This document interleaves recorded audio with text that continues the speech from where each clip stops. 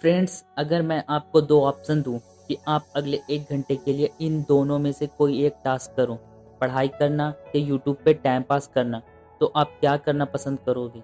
Obviously YouTube पे video देखना, ये जानते हुए भी कि पढ़ने से या कुछ प्रोडक्टिव काम करने से आपका ही फ़ायदा होगा, आप फिर भी यूट्यूब यूज़ करना प्रेफ़र करोगे। ऐसा क्यों? अब आपका जवाब होगा कि यूट्यूब पर वीडियो देखना एफर्टलेस है और इसे करने में कोई मेहनत नहीं है, जो कि बिल्कुल सही है। लेकिन फिर भी इसकी वजह से आपका 1 घंटा तो वेस्ट होगा ना। तो सवाल यहाँ ये बनता है कि इस काम और आराम की रेस में जीत हमेशा आराम की क्यों होती है? इस सवाल का जवाब जानने के लिए आपको सबसे पहले इसे समझना होगा, डोपामीन, कि कैसे डोपामीन हमारे माइंड को और हमारे डिसीजन को इफ़ेक्ट करता है। डोपामीन असल में एक प्लेज़र मॉलिक्यूल है और ये हमारे माइंड में डिज़ायर क्रिएट करने का काम करता है। यानी कि आप जो भी काम किसी रिज़ल्ट के लिए करते हो, वो आप डोपामीन की वजह से ही करते हो।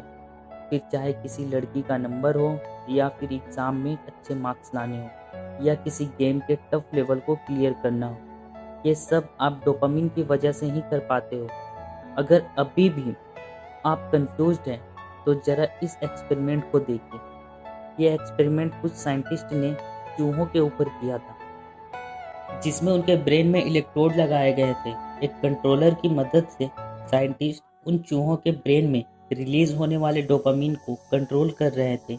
उन्होंने ऑब्जर्व किया कि जब चूहों के ब्रेन में डोपामीन बढ़ा दिया जाता था, तो वो बिना कुछ खाए पिए, बिना रेस्ट किए, सिर्फ अपने केज को खोलने की कोशिश करते रहते थे।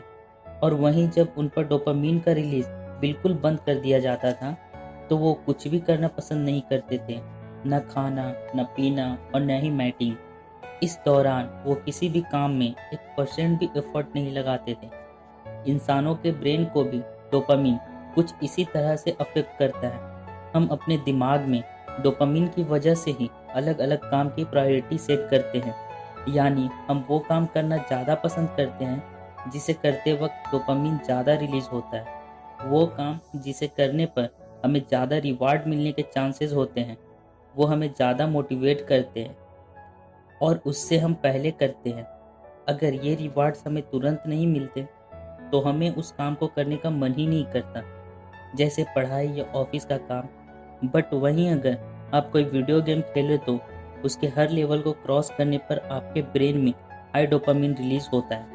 ये हाई डोपामीन हमारे लिए बहुत खतरनाक होता है, क्योंकि उसके बाद हमें कम डोपामीन वाली चीज़ें बोरिंग लगने लगती है, जैसे स्टडीज़ एंड वर्कआउट, क्योंकि ये काम हमें तुरंत रिवार्ड नहीं देते हैं। इसलिए ये हमारी माइंड में काफ़ी कम डोपामीन रिलीज़ करता है और हमारी प्रायोरिटी लिस्ट में सबसे नीचे आता है। डोपामीन हमारे लाइफ में बहुत असर डालता है। जैसे अगर एक ड्रग एडिक्ट की बात करें, तो जब तक वो ड्रग लेते रहता है, तब तक उसे काफ़ी डोपामीन मिलता है।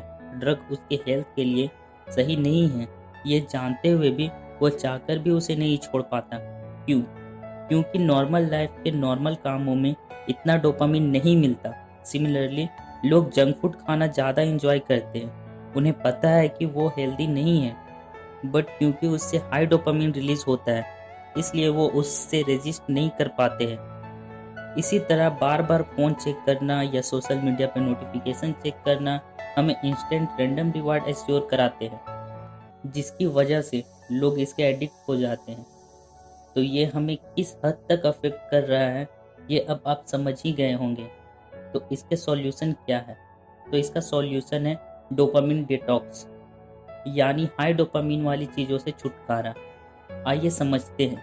इसकी शुरुआत धीरे-धीरे करो। हफ्ते में 1 दिन बनाओ जिसमें आप एक भी ऐसा काम मत करो जिससे आपको इंस्टेंट प्लेज़र मिले या हाई डोपामिन रिलीज़ हो। जैसे जंक फूड खाना, फ़ोन चेक करना, social media, video games, movies, TV series, PUBG etcetera. अब आपको उस दिन करनी है नो डोपामिन वाले काम, जैसे कोई स्किल सीखना, पढ़ाई करना, वर्कआउट, हेल्दी फूड खाना, वो काम जिन्हें करने में आपको जोर आता है।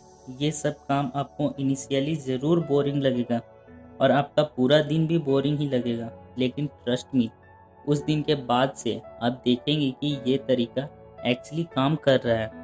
शुरुआत में आपको इससे हफ्ते में 1 दिन रखना है, उसके बाद हफ्ते में 2 दिन करना है और फिर ऐसे ही आगे बढ़ते जाना है।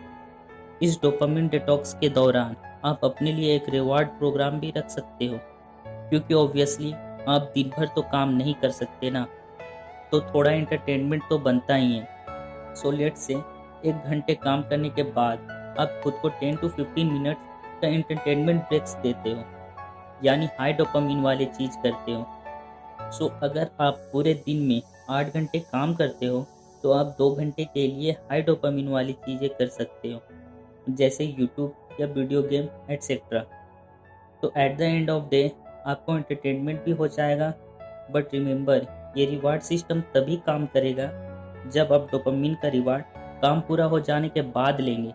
इमेजिन, अगर आप सुबह सुबह उठकर यूट्यूब पर वीडियो देखोगे, तो उसके बाद आपको पढ़ने का मन नहीं करेगा, क्योंकि आपने अपने दिन की शुरुआत में ही हाई डोपामिन ले लिया। तो उसके बाद आपको बाकी काम बोरिंग ही लगेगा, इसलिए पहले काम फिर रिवार्ड। तो दोस्तों, ये था डोपामिन डिटॉक्स का पूरा प्रोसेस।